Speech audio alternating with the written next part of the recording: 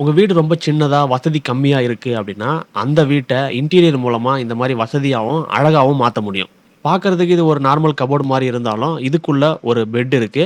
இங்க இருக்கக்கூடிய sliding டோர open பண்ணிட்டு, ஃபோல்டபிள் பெட்ட நீங்க ஓப்பன் பண்ணி யூஸ் பண்ணிக்கலாம். இதே மாரியே ஒரு சிங்கிள் பெட் ஆப்ஷனும் இருக்கு. அதையுமே நீங்க யூஸ் பண்ணிக்கலாம். சோஃபா மாரியும் யூஸ் பண்ணிக்கலாம். இது பார்க்கறதுக்கு டிவி யூனிட் மாரி தான் இருக்கும். ஆனா, இதுல ஒரு ஸ்லைடிங் குடுத்துருக்காங்க.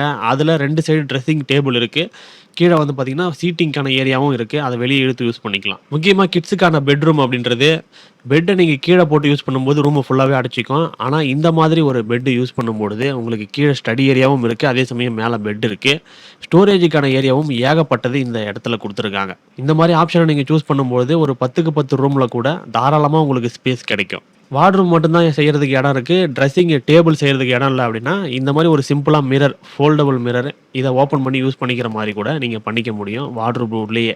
இந்த மாரி இன்டீரியர்ல லேட்டஸ்ட் ட்ரெண்ட்ல இருக்கக்கூடிய நெறைய விஷயங்கள் ஃபுல் வீடியோல இருக்கு. மனோஸ்டா யூடியூப் சேனல்ல அந்த வீடியோவ தவறாம பாருங்க.